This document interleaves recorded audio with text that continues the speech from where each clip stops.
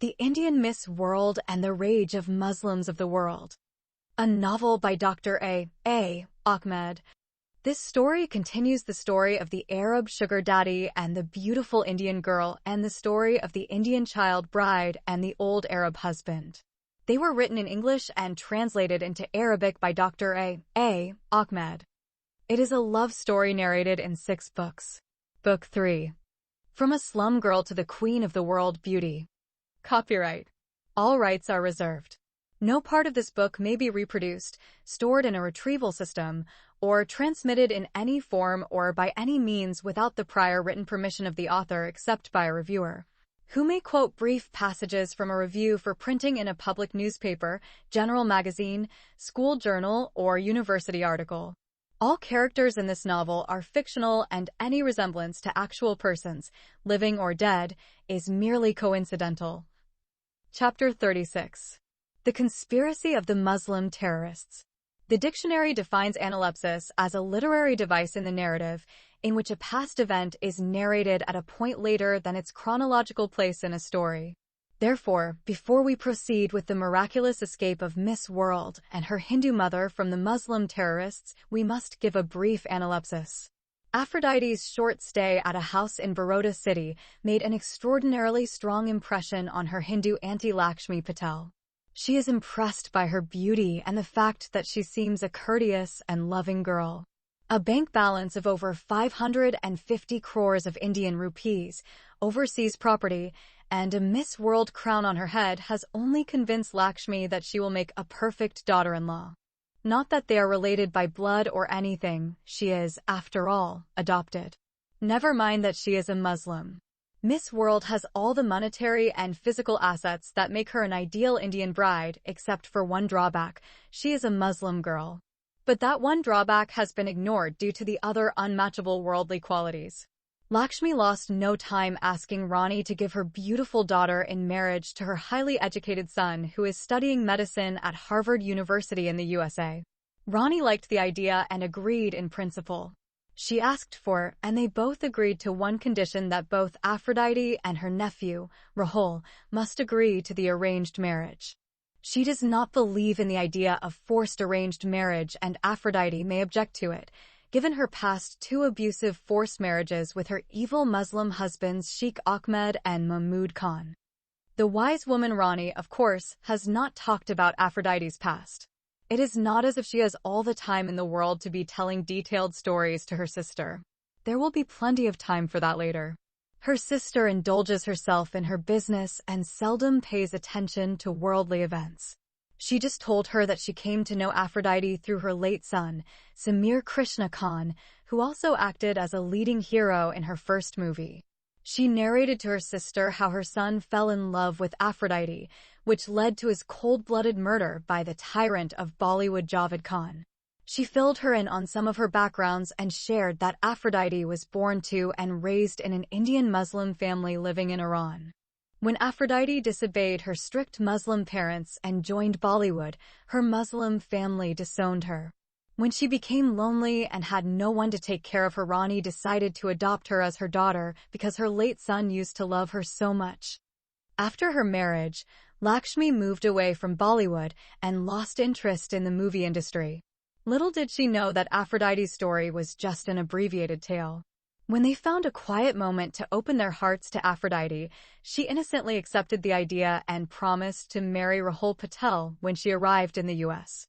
After Rani and Aphrodite had left for New Delhi, Lakshmi called on the phone her beloved son Rahul in the States and explained what she and her sister had decided for their only children. At any rate, Miss World and her mother arrived in Berlin before the evil Muslim terrorists fixed their savagery upon the innocent Malayali nuns. It is early in the morning when their plane landed at the Berlin Tegel International Airport. They went to a nearby hotel and checked in.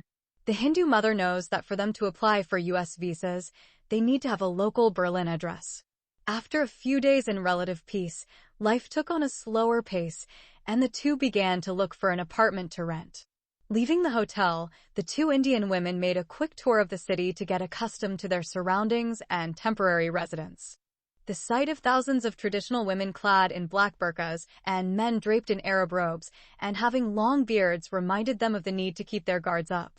From that point, neither one should step out in public without being veiled and in what is their only protection, black burqas. The risk of Miss World being recognized and retargeted by Muslim terrorists is just too high in Europe too. The wise mother came to the uneasy conclusion that Muslim hardliners are a deadly disease spreading among people who have no natural resistance to them. She now understood that they are mired in what is a worldwide plague and that terrorism has been the forefront and symptom of the militant Islamic culture for over 1400 years, almost since its inception in the Sahara Desert. Mother and daughter remained held up in their hotel for an uneasy week before they managed to find an apartment in an area mainly inhabited by whites. The rent is exceedingly high, but the mother preferred to pay for the relative security than to opt for a more reasonable unit in an area teeming with Muslim immigrants from Turkey, Middle East, and North Africa. After receiving their keys, Ronnie and Aphrodite made their way to the American Embassy in Berlin. German efficiency must be not infectious because they have been given their application forms almost immediately. The wise mother reminded her daughter to apply as a businesswoman who would like to start an import-export business between the nations of India and America. At this time, Aphrodite Krishna Khan has over $100 million in her account, something that is definitely to her advantage. Accordingly, instead of the projected 6 months, the fugitive Indian women Ronnie and Aphrodite completed the U.S. immigration process in 2 months. The process has been accelerated by Aphrodite's choice for a businesswoman visa. She attached a copy of her Swiss bank account in Zurich to her visa application to prove financial independence. The phone call from the embassy to the bank confirming the quick issue of their visas earmarked the happiest moment of their lives. As instructed, they made their way to the embassy to fulfill yet another immigration requirement, complete medical examinations.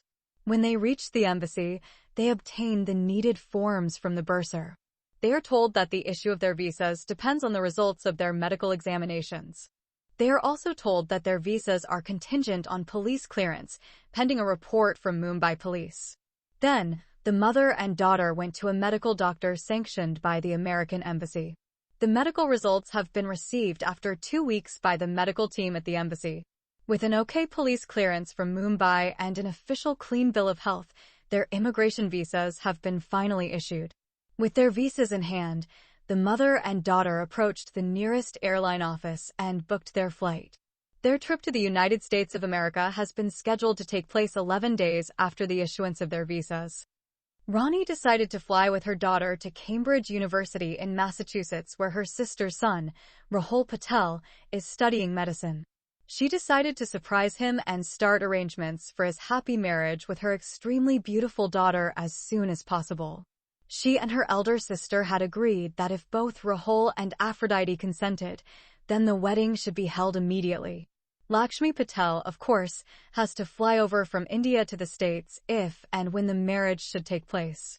This time around, Ronnie Krishna has decided not to phone her sister to inform her about their immigration status. She wants to surprise her too. She wants to let her nephew be the one to break the good news to his mother and announce his decision to accept the arranged marriage and her daughter's Kabul. She continued making plans, and somewhere beyond the Atlantic Ocean, she decided to bunk in with her nephew in his apartment with her daughter until they could find a nice apartment in a Muslim-free neighborhood. Ronnie bought beautiful gifts for her nephew and decided to let Aphrodite take the credit.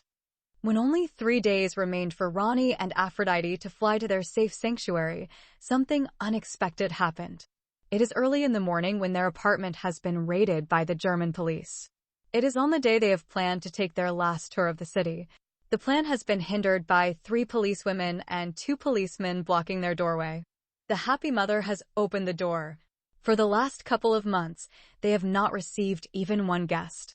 The Hindu woman Ronnie opened the door thinking that it was merely someone who needed directions to a place he was looking for. Aphrodite is taking her morning shower in the bathroom. She woke up late from all last night's shopping. The Berlin police asked for an Indian woman by the name of Ronnie Krishna. The mother responded to them saying, "I am Ronnie Krishna. Ma'am, we need you to come with us to the police headquarters. We have a warrant for your detention." "What have I done?" All will be explained at police headquarters. Please cooperate immediately or we will have to forcibly arrest you.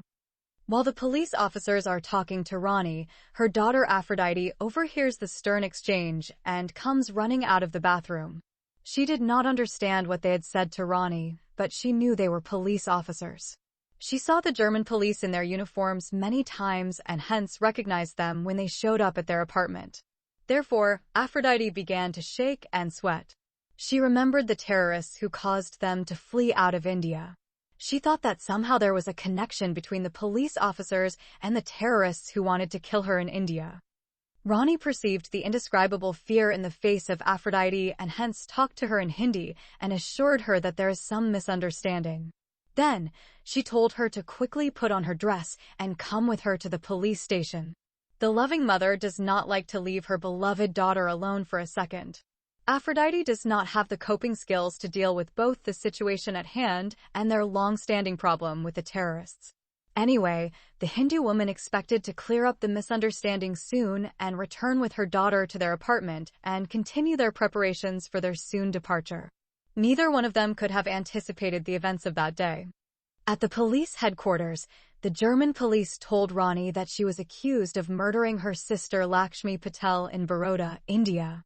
Ronnie froze, unable to digest the fact that her sister had been murdered. The German police officer went over the details of how her sister was beaten, raped, and murdered in her mansion, and all her guards and dogs were killed too. According to the German police authority, the arrested suspects confessed that they were hired to do the job by an Indian woman called Rani Krishna. The motive of the killing is a robbery of the late woman's wealth, money, and gold. Known to be missing are her jewelry and many costly household items. The suspects alleged that the valuables were given to Rani Krishna. The suspects also admitted to receiving a large amount of money from Rani upon completion of the murder and robbery. It is the Muslim terrorists of the devil incarnate Dawood Ibrahim who supplied information on the sister location which led to her capture. As far as the Baroda police are concerned, they mentioned in their report Rani Krishna had fled with an undisclosed amount of valuable property, headed to New Delhi, and then flew to Berlin to lay low, pending her escape to America. That day, Rani pleaded with the German police, but they did not seem to heed her words of innocence. Aphrodite Khan has lost in all the upheaval, cried her heart out, and begged the German police to let her mother go, but they have not given her words and tears any consideration too. They simply told Aphrodite that she was free to go. Her name is not mentioned in the Indian police report that was sent to them. Her suspected mother, on the other hand, has to be extradited to India by Interpol at the earliest convenience. Aphrodite continued to beg for her mother's release. Rani herself is silent, knowing that the net of the conspiracy is closing in on her, cast by Dawood Ibrahim's terrorists and the corrupt Indian police. Rani Krishna, her mind still working like clockwork, realized that her adversaries were expecting both mother and daughter to be shipped back to India. Turning to face Aphrodite, she spoke clearly and firmly in Hindi and in a tone that told her daughter to listen carefully and not interrupt. Aphrodite is to carry on with the plan of escape to the States. Once she had been cleared of the false charges, she promised to join her in the U.S. She reminded Aphrodite that she was to locate her cousin, Rahul Patel, and stay with him. The wise Indian mother glanced around, wanting to make sure that none of the Germans in the room understood what she was about to say further to her daughter. Then, the detained Hindu mother Rani Krishna told her adopted Muslim daughter Aphrodite Khan that her name, from this point on, is to be Amrita Khan, and never to reveal her identity as Miss World to anyone or let any human being know that she has millions of dollars in her foreign bank account. Therefore, Amrita Khan has firmly been instructed that she should neither reveal her true identity nor should she remove her Islamic burqa or show her face to any mortal being until her mother has been released and joined her in the USA. Chapter 37. The Unwanted Smelly Burqa Girl. The son of the late Indian woman Lakshmi Patel has been living in the USA for 3 years, having come from his native country of India on a student visa. Rahul Patel is accepted to the medical program at Harvard University and in the process has also come to love the American way of life. He has a white girlfriend. She is his classmate and they share an apartment.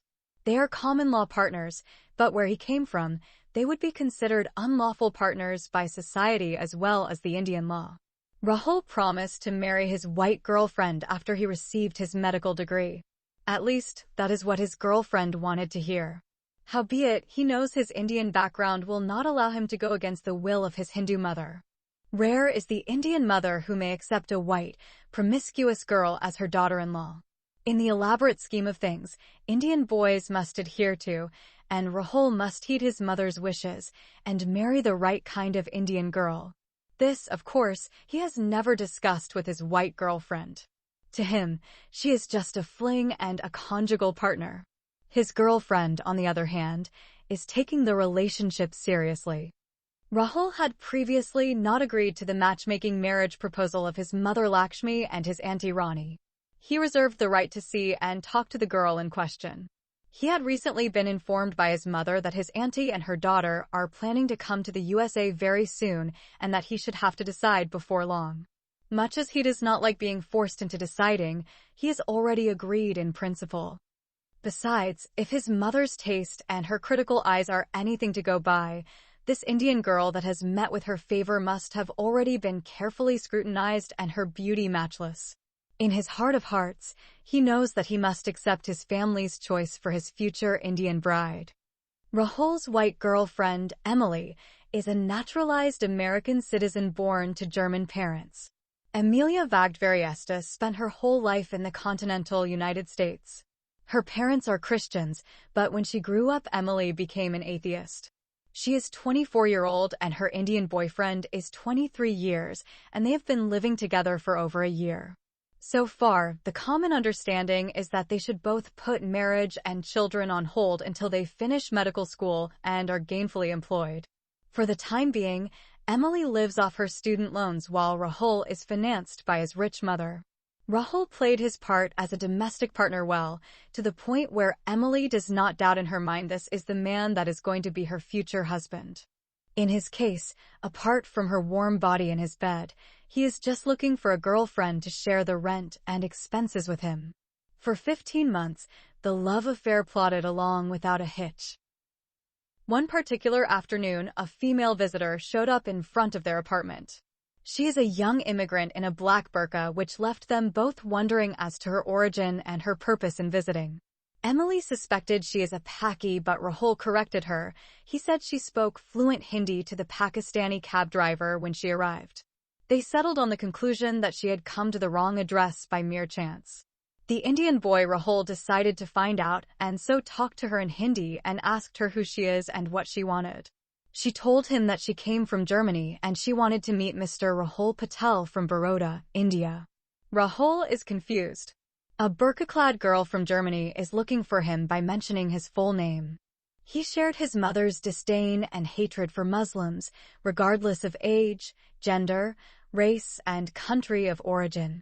He too held all Muslims responsible for murdering his father in a cold-blooded massacre at the Mumbai Taj Mahal Hotel. This burqa girl is not making it easy for him to be polite and civil. When she claimed that she had come from Germany to meet him personally, he looked at her with a big question mark on his face. He even looked at his girlfriend and sought her explanation. Emily lifted her hands and shoulders, looking equally baffled. Who gave you my name and address, and how did you come to know about me? I am a Hindu. I don't have any Muslims in my family. I don't have Muslim friends in India or even in America. Your mother, Lakshmi Patel, had given us your address in America and asked us to visit you. Who is us? You mean there are other people with you? I mean my mother and me. Your mother? Who is your mother and where is she? My mother was arrested by the German police just 3 days before we were supposed to fly here. Listen, girl. Maybe my mother had given both of you my name and address and asked you to visit me when you arrived in the States. However, let me make this noticeably clear to you. I do not want anything to do with Muslims. I do not want to know why your mother was arrested in Germany, and I don't want to know who you are or what your name is. I suggest that you go back to your Muslim relatives and don't ever come here again. I have no relatives. I don't know anyone in America. You mean to tell me that you have come directly from the airport to my apartment? Yes. Holy cow. What happened, darling? Asked Emily curiously when she heard the vehemence in her boyfriend's voice. This Muslim girl has said that she has come from Germany to the States to stay with me. That can't be possible. Who she is and where's her family? She said she has no relatives in the States and that her mother was arrested by the German police officers. Holy shit. Is she some kind of a Muslim terrorist? You never know. I don't care who she is. I just want her to go away. Why don't we just refer her to social services? She sounds somewhat ignorant and dumb. I do not think she knows what social service is anyway. I am going to tell her to go wherever she wants. I just want her to get the hell out of here. I do not want to see her in her ugly, demeaning black burqa in front of our apartment again. I am incredibly angry with my mother. I have told her 100 times not to give my address to any fucking Indian coming to the States. Once she gave my address to a Hindu guy who came and stayed with me for 6 months without spending a single dollar to help pay rent or food. I had to kick him literally out on the streets to get rid of him. Worse, my Hindu mother knows how much I despise Muslims. I don't know why she would give my name and address to this fucking burqa girl. Okay, my dear boyfriend Rahul, let us just take her inside, and then we can call social services to deal with her. We are not running a halfway house or a soup kitchen. If social services say this is not within their jurisdiction, then we can just refer her to the Muslim community. There are plenty of mosques in town, we can drop her off at any of them. Yeah, that's a good idea. You know, I am just going to call my mother the moment we get rid of this stupid Masla girl. I am going to change my address and phone number, and she will just have to write and call me care of the university. After Rahul and Emily decided what to do with the unwanted female guest, they asked her to come inside. As they made their way across the threshold, the Pakistani cab driver honked and yelled at her in Hindi, asking her to pay her fare. She stared at him, wondering what all the commotion was about. Rahul noticed her indifference and approached the cabbie, asking him in Hindi what the trouble was. The cabbie told him that his fare was penniless and had not been paid by the female passenger that he had brought her from the airport.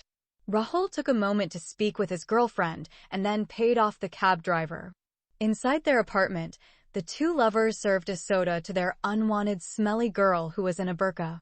They have not asked if she had her lunch on the plane or whether she is hungry. After that, Emily brought the phone book and searched for the local social service office number. When she found the number, she asked Rahul to make the call and report the case of the intruding Muslim girl who came to his apartment. The social service office told Rahul that they can only take care of refugee immigrants who have been brought by the American government for resettlement in the USA. Those situations are dealt with at the airport, where their representatives will arrange for transfers to various refugee shelters or prearranged housing.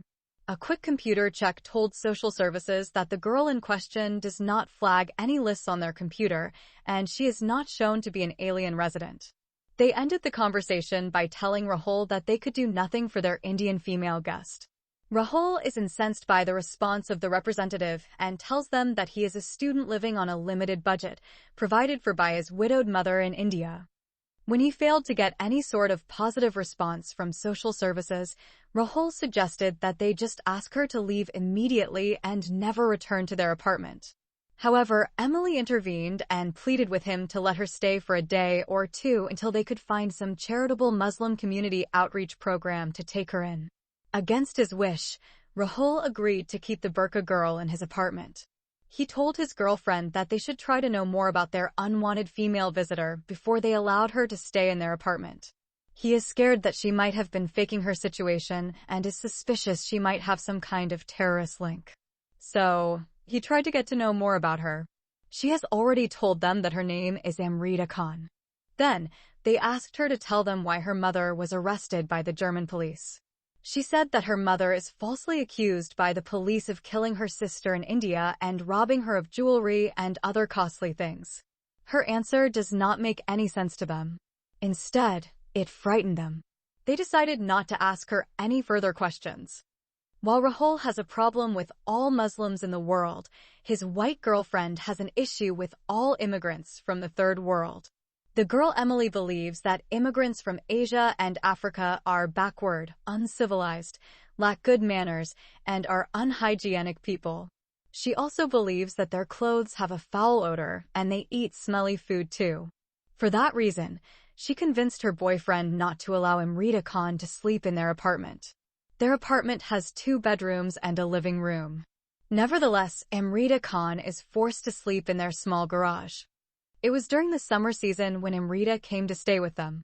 The unrelenting heat kept her awake for a long period, and the insects feasted on her flesh throughout the night. There is no fan in the garage. Even during her captivity in the mansions of her 2 evil captors, Amrita was never forced to sleep in a place made for keeping cars. There are 2 cars in the garage. Amrita has been given a blanket and a pillow and nothing else. She slept in a small corner in the hot garage. Worse than that, the unwanted burqa girl happens to be starving to death. She has some candies and cookies in her big bag, but she does not know where her hosts have stored her luggage. If the 2 lovers had asked Amrita to sleep inside their bathroom, that might have been more bearable than making her spend the night in their garage. Emily has a small pet dog. The small dog sleeps comfortably all alone in the 2nd bedroom. Worst of all, they have not given her anything to eat. The last meal Amrita ate was somewhere in the middle of the Atlantic Ocean between the European continent and the North American continent. Moreover, she is not offered the use of the shower or an opportunity to change her clothes and put on her nightie. She has not used the toilet since the time she came in. She does not even know where the bathroom is located. Chapter 38. Emily believes her dog is better than the burqa-clad girl. The Indian Muslim girl Amrita Khan is a product of her upbringing. While she is genuinely a sweet and friendly girl, she has been taught to treat others with suspicion and is slow to trust. Her Hindu mother Rani Krishna had told her to travel incognito and hide her identity. She followed her mother's instructions to the letter and more. How is she to know she does not need to hide her identity from her male cousin, who is the son of her Hindu Annie Lakshmi? The Hindu mom Rani did not order her adorable adopted Muslim daughter not to spend any money. Since leaving Germany, Amrita did not spend one single dollar. She has $65,000 in cash stacked inside her luggage. Besides that, she has over $100 million in her overseas bank account. In keeping with the spirit of her mother's instructions, Amrita Khan remained swathed in her black burqa and agreed to sleep in the garage. Sleep did not come easy on the hard, hot concrete floor, and the hunger pangs reminded her of her need to eat and drink. Holing up in oppressive burial clothes is more uncomfortable than the torment of the mosquitoes and other bloodsuckers. Her hosts have not thought to provide her with a mattress or a table fan. It was well past midnight before Amrita gave in to her physical discomforts and allowed her fatigue to pull her into an uneasy sleep. The heat of the following day and the hot sun rays forced Amrita to awaken from her deep sleep. She woke up with a terrible headache and a strong feeling of nausea. She wants to vomit, but her stomach has nothing to throw up.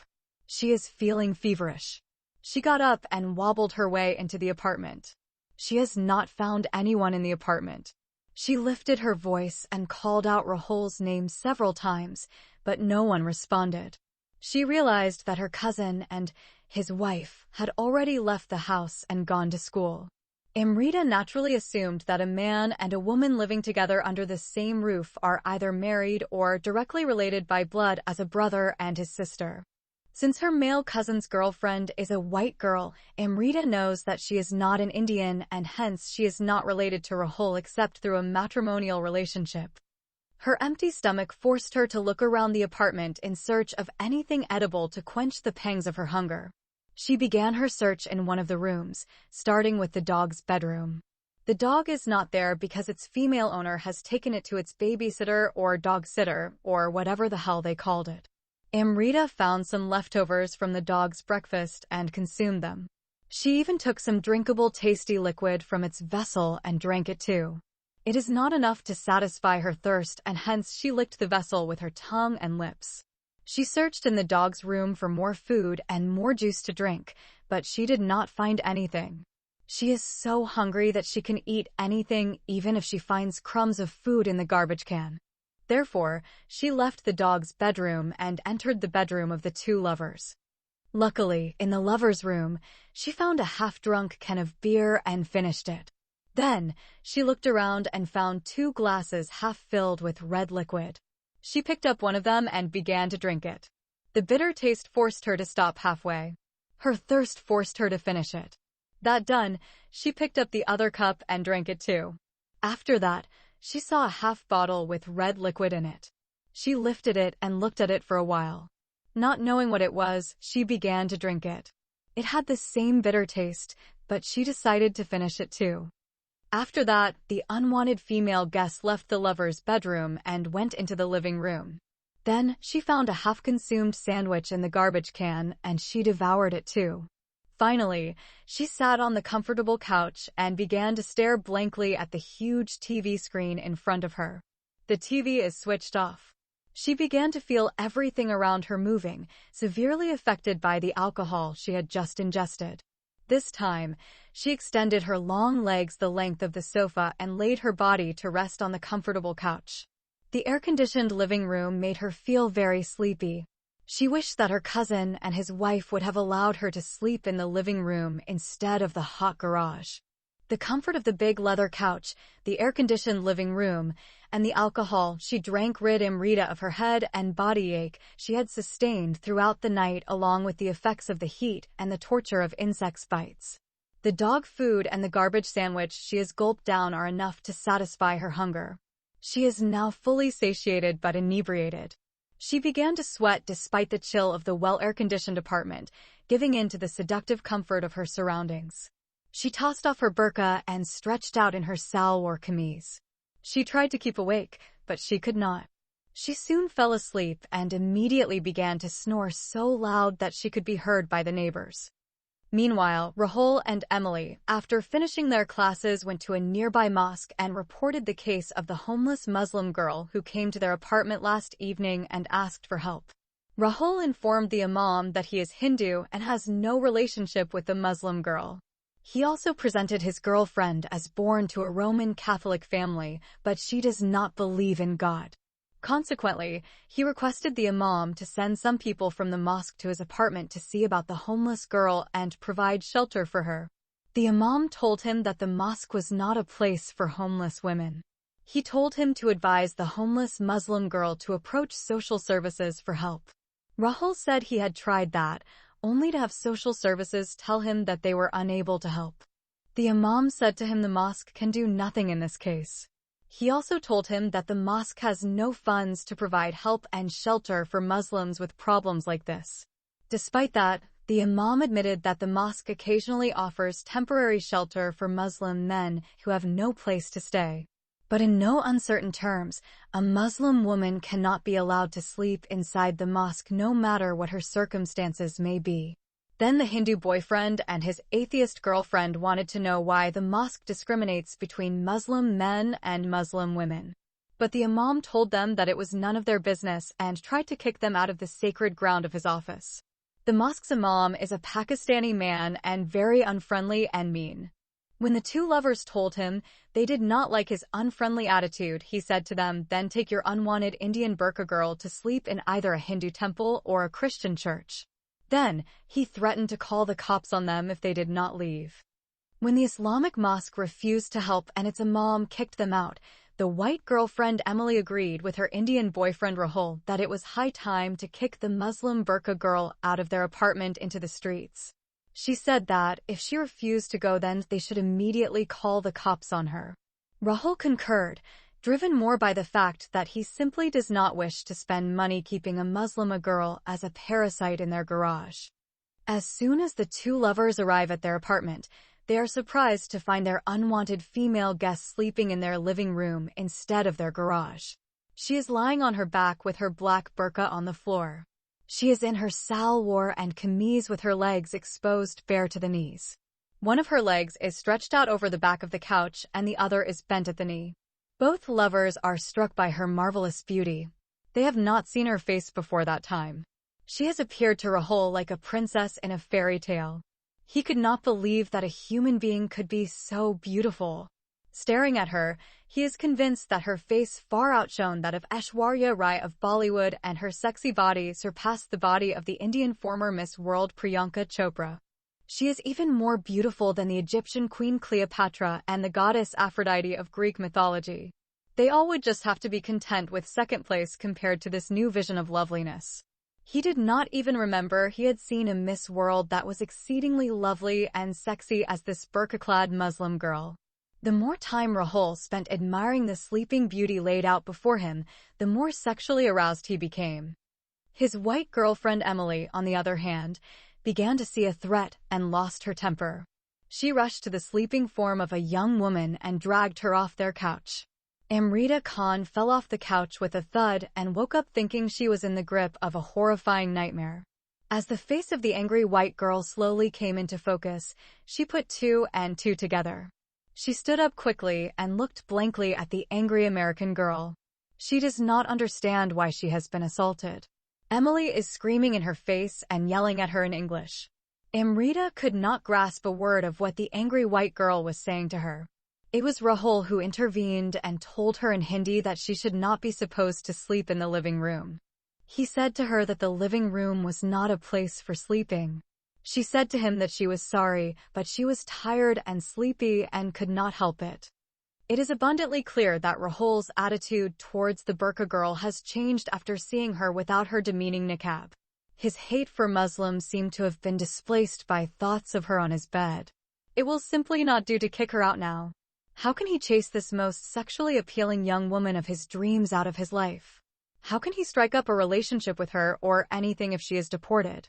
Somehow, the incessant ranting of his American girlfriend began to pierce his reverie, and he realized that she was still going on about how the unwanted burqa girl is blackening their couch with her filthy body. Rahul tried to placate Emily by saying that Amrita had fallen asleep in the living room unintentionally and that she should not be so harsh on her. Emily refused to see his point of view and reiterated her demand that she be thrown out of their apartment right away. Rahul told her that it would be improper and unfair to kick such a young homeless Indian girl out on the streets when she has nowhere else to go and probably does not know the English language to survive on her own. The look on her Indian boyfriend's face and his change of heart is not lost to Emily. She guessed correctly that after he had seen the beautiful face and the exposed sexy body of the burqa girl, things may now change between them. Sensing no response from Rahul, she confronted him and delivered her ultimatum. You either throw this filthy, disgusting Paki female immigrant out of here, or I am going to leave for good. Rahul paused and then acquiesced, begging his not to be satisfied with anything less angry girlfriend for a grace period of 24 hours so that he could make arrangements within the Indian community to house his incredibly beautiful female guest. Of course, his mind is working overtime on another plan altogether. Once Rahul has managed to get his girlfriend to calm down and allow Amrita to stay for another day in their apartment, he begins to push the limits to see how far he can go. He tried to convince his girlfriend to allow their female guest to sleep in the second bedroom occupied by her pet dog. Emily said that she would never allow anyone to take the place of her adorable doggy. She loves and values her lovely doggy too much to allow a dirty Paki girl to take over his living quarters and makes it dirtier than a garbage container. When her Indian boyfriend felt uncomfortable about her racist words, she responded by saying that her dog may feel bad about being forced to sleep in the living room and give up his bedroom to an unwanted burqa girl. Her boyfriend tried another angle and asked that Amrita be allowed to sleep in the living room. Once again, his white girlfriend sternly blocked that suggestion by saying that the Paki girl may dirty up their couch. Emily is not worried about the couch as much as she is worried about making the burqa girl too comfortable. If she becomes comfortable, she may not want to leave. With neither one willing to give in, a long argument ensued which culminated in the decision to allow the unwanted Muslim girl to sleep in their kitchen. Then the Indian boyfriend convinced the American girlfriend to allow the extremely beautiful burqa girl to have dinner in the kitchenette. Emily grudgingly agreed, again worrying about making their temporary unwanted female guest too cozy. She agreed to serve the unwanted burqa girl some eggs on toast to eat and sleep on the solid floor of the kitchen. Emily then cooked it with Rahul looking on and handed it over to her as if Amrita is a miserable outcast female beggar. Chapter 39. The Muslima burqa-clad girl is suspected of terrorism. The American girlfriend Emily is now sure that her Indian boyfriend Rahul has a major crush on the Paki Muslim girl. Things began to change the moment he saw what she looked like under her demeaning black robe. She concluded that the burqa girl must have removed her ugly Islamic niqab to reveal her unmatchable beauty and sexy body to tempt her Hindu boyfriend. Before any further chemistry develops, she should have to put a stop to all this nonsense. After arriving at this conclusion, the white girl Emily has decided that her Indian boyfriend Rahul is not to be left alone with the dirty Paki temptress. They are now being observed discreetly. Rahul also thought that the Paki girl had removed her burqa and veil for his benefit. Of course, after she began to show such an overt interest in him, how could his white girlfriend agree to her staying in their apartment? He decided that the best way to work this problem out would be to buy some time for himself. He figured out he must smuggle the lovely Muslim girl from their apartment and keep her in a basement belonging to one of his Indian friends. His Indian friend had recently traveled to India and got married to an Indian bride and brought her back with him. The friend too used to have a white girlfriend before he ditched her to fulfill his duty as a faithful Indian son and stand by his parents' choice for him. Accordingly, Rahul decided to approach his Indian friend, telling him that he had found a nice Indian girl and decided to marry her. He planned to ask him to rent his basement to his new Indian girlfriend and he will pay her rent. In the meantime, the white girlfriend Emily is also busy making plans. She has determined that the Paki girl and her boyfriend should remain separated forever. She already heard some stories from her American girlfriends that Indian boys are quite capable of having an interim girlfriend before being called back to India, only to return with an Indian bride in an arranged marriage. She does not want to be strung along after having become emotionally invested in a long-term relationship only to be dumped like a dump truck emptying its garbage. For that reason, she must not, from that night on, enjoy a restful night's sleep. She has to remain vigilant, watching her fiancé like a hawk, hoping her suspicions will bear just fruits. Every time Rahul went to the bathroom, she followed him and waited for him in the living room until he came out. Her excuse is that she too wanted to use the washroom. Many times, during the night she visited the kitchen and checked on the Paki girl. She wanted to know whether the burqa girl was going to shed her ugly black cocoon and expose herself again to entice her future Indian husband. Strangely enough, she has always found the unwanted Muslima to be fully clothed in her black shell. The following morning, Emily feigned excessive menstrual pain and decided to stay home, as she could not sleep at all the previous night. She does not want to go to college because something in the back of her mind tells her that her Indian boyfriend may backtrack and try to sleep with the burqa girl. Rahul does not bother to compel Emily to go to the doctor or ask if he can get anything for her treatment from the pharmacy. He just said his goodbyes and left. He is happy she did not come with him that day. Instead of going to his classes, he set about putting his secret plan into action. He headed directly to the Indian couple he had in mind and told them about the beautiful Indian girl who came to his apartment. He said that he wanted to break up with his white girlfriend and had decided to marry the lovely Indian girl who came by chance to his apartment.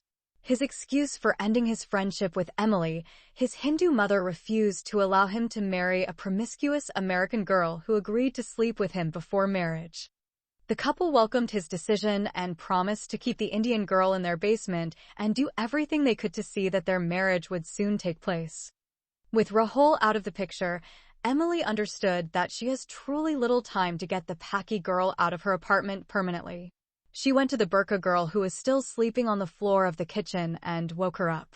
Then, she took hold of her hand and dragged her to the bathroom. She showed her the tub and the soap.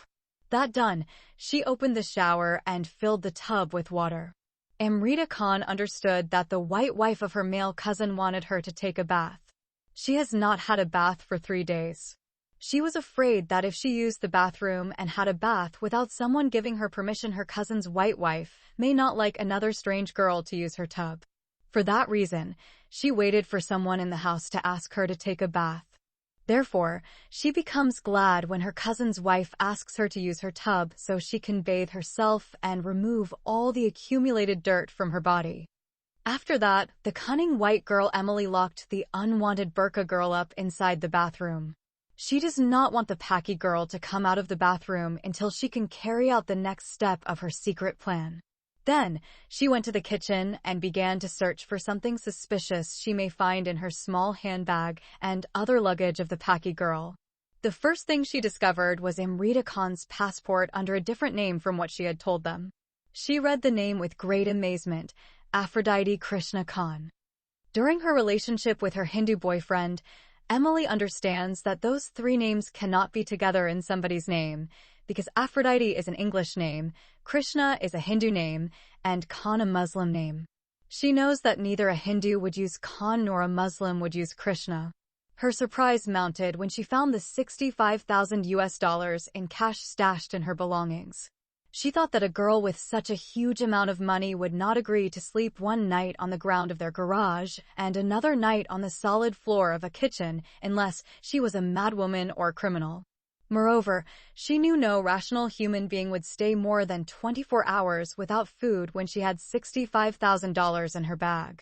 Emily could only come up with three possibilities. First, the money is counterfeit. Second, the burqa girl is involved in drug trafficking. And third, the Paki girl is going to use the money to finance some terrorist plot. After making her hasty conclusion, Emily picked up the phone, immediately dialed 911, and reported to the police the possible terrorist activities in her apartment. Amrita Khan had already been imprisoned inside the bathroom before the police came. She took her bath and tried to come out, but she found the door was locked from the outside. She knocked on the door and called in Hindi for someone to come and let her out. But no one responded to her call. She sat for more than 1 hour inside the bathroom after she finished her bath. When the door is finally unlocked, Amrita is frightened to death when she sees the face of the person standing in front of the doorway. She expected to see the white face of her cousin's wife. Instead, she saw the face of a black person who had a body and face of a man, but the chest of a woman. If it is not for her huge boobs, Amrita would have mistaken the female police officer for a man. She has been freed from her temporary prison into a more permanent dungeon. Amrita began to shake with fear and in her distraught state of mind thought that the huge black woman was a female burglar who had broken into the apartment and assaulted and murdered her cousin's wife and was about to attack and kill her too. Her fear intensified when she saw 3 policemen, 2 other policewomen, and 1 large dog, which she thought was a lion. So, instead of coming out, she retreated and began to cry out loud and call for help in Hindi. The huge policewoman went in after she took hold of her hand and dragged her out. When she was forcefully brought out, another cop placed 2 handcuffs on her hands. When they took her into the living room, Amrita saw her cousin's white wife sitting comfortably on one of the sofas. She talked to her in Hindi and begged her to tell those people who dragged her out of the bathroom and handcuffed her to free her hands because she had done no crime. Emily ignored her tears and continued to watch the arrest of the burqa girl as if she were watching a horror movie about a dangerous female terrorist. Chapter 40. A plot to murder a suspected Muslim female terrorist in jail. The American cops waited until Rahul returned to his apartment. During their wait, they took the statement of his American girlfriend. Emily made up a big story about the so-called Muslim female terrorist. She added many things to her statement that is not true at all. She said the girl had come to their apartment and stayed with them although they had not known her before. She said further that someone in India gave her the address of her foreign boyfriend and told her to go there and meet him. But Emily said that her Indian boyfriend is a Hindu and this lying girl is a Muslim. Although they told her to go, she refused to leave. They tried to send her to a mosque, but the imam was scared to take care of such an unknown and suspicious Muslim girl like this one. He was the one who advised them to hand her over to the police authority to deal with her. Additionally, Emily said the Muslim girl told them that her Muslim mother had been arrested in Berlin City on the day she was supposed to fly with her to America because she murdered her sister in India, stole her money and gold, and fled to Germany. She hired some Muslim terrorists to carry out the homicide of her only sister. When Rahul arrived at his apartment, he was terrified to see there were 6 police officers and a huge brute in his living room. He saw the lovely Amrita Khan kneeling on the floor while her hands were handcuffed behind her back. She is on bended knees and extremely petrified, as if she is praying to the devil to rescue her from her detainers. She is not wearing her ugly black burqa. She is in the same salwar and kameez that he saw her on the previous day while she was lying half-naked on the couch. Although her face is unveiled, she appears to him as a different girl. She looked so frightened. Then his eyes sighted his white girlfriend. She appeared calm and happy, her face gleaming with satisfaction. Before he can ask Emily to tell him what is going on, one of the police officers asks him what relationship he has with the suspected Muslim girl. He said that he knows nothing about her except that someone in India gave her his address. He also said that he is trying to help her find a shelter to go to. The police explained to him why they decided to detain her for further investigation, for lying about her real name and the huge amount of money that had been found hidden in her bag. Rahul is shocked when he hears that the burqa girl is hiding $65,000 in her bags and that her real name is not Amrita Khan, but Aphrodite Krishna Khan. He also could not believe that those three names could be combined to form the name of an Indian person. Therefore, he doubted the innocence of the burqa girl, and in his heart, he thanked his gods that she is exposed at the right time and arrested before she could get him and his girlfriend in some serious trouble with American law. After talking to Rahul, the cops dragged Amrita Khan to their police car outside. By this time, tens of people gathered in front of the apartment to watch the arrest of the so-called dangerous Muslim female terrorist. Emily requested the cops to take the luggage of the burqa girl. She said she was scared the Muslim girl might have some explosive device inside her bags. Although the police officers knew that their dog had not sniffed such dangerous things, still they agreed to take the suspected Indian girl and her luggage to their detention. In the third world, the most dangerous place for a detainee is the interrogation room. If a beautiful young girl like Amrita Khan can survive the beatings, gang rape, and violent extraction of the so-called truth by ruthless police interrogators, she can survive any kind of torture and abuse after that. However, in the first world, the most fatal place for the suspect is inside the prison itself. In Western countries, inmates detest three types of suspects: those held for violence against women and children, criminal pedophiles, and terrorists. If it appears that the suspect is detained under the charges of domestic violence against women or child abuse, then he may be murdered by his jail inmates before the final date of his trial. Likewise, if the suspect is arrested under the charge of a terrorist plot, then he or she may be strangled to death by one of his or her dorm inmates before coming to trial. To avoid premature judgment, such detainees are often placed in solitary confinement. Amrita Khan has been interrogated on the same day she is held in custody. The police used a female Hindi-speaking interpreter and questioned her on the charges and accusations of being a female terrorist or a female drug dealer, which Emily, the complainant, has lodged against her. Unfortunately, she is not able to give any justifiable answer to any of the questions she is asked. Her answers are vague and reveal that she is very childish and does not know what she is saying in many cases. Even an Indian girl who comes directly from a remote village in India to the States may talk better than her. For that reason, the police decided to detain her for further investigation. The investigation into her case led to official inquiries and requests from authorities in all cities she had previously lived in or visited for short periods, such as Mumbai, Asmara, Tehran, Zurich, London, Paris, Baroda, New Delhi, and Berlin. Through the Hindi female interpreter and the visas in her Indian passport, the American police came to know about the foreign and local cities the suspected Muslim girl had visited before arriving in the States. While the police are awaiting official reports from the FBI and overseas, Amrita is detained in a maximum security penitentiary. Most of the female detainees in that prison are dangerous female gangsters and notorious criminal women. Unfortunately, the police department in Cambridge has not kept the suspect Aphrodite Krishna Khan in a separate cell, but kept her in a dormitory crowded with streetwise repeat female offenders of the worst types. There is not a single female detainee in her dorm that can speak any of the languages that Amrita Khan understands. She can speak English, but with a heavy Indian accent that made it difficult for her American guards and female inmates to understand. For that reason, she is treated with disdain and mockery. Some of the suspects hate her for her unmatchable beauty and others for her racial background. Her life became subject to danger after one of the female guards inadvertently blurted out why she was being detained. When some of the female gangsters found out the Indian girl was a Muslima and arrested her because she was planning to carry out a deadly terrorist attack on the city, they vowed to murder her before the final day of her trial. A ruthless female leader of one of the American women's gangs determined she should kill her by strangling her while she was asleep at night. The dangerous female leader happened to be a huge woman with a muscular build. She is a white woman originally from Colombia, but her gang included Black, Mexican, and white females. She decided to suffocate her with a pillow and just sit on her. Oddly enough, she felt good about being able to uphold justice in a criminal justice system from the inside.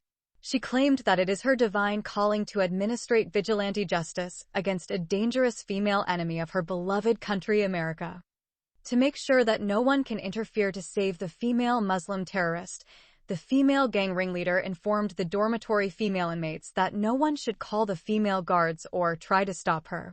The word is passed among the female guards who are supposed to cover the night shift that she will kill their relatives on the outside if any one of them dared try and prevent her from killing the Indian female terrorist.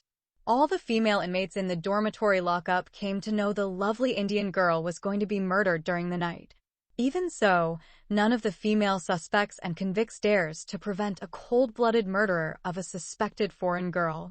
All the female guards are made aware of the murder plot against the Indian girl. Likewise, none of them has the guts to do their job to protect the suspected victim.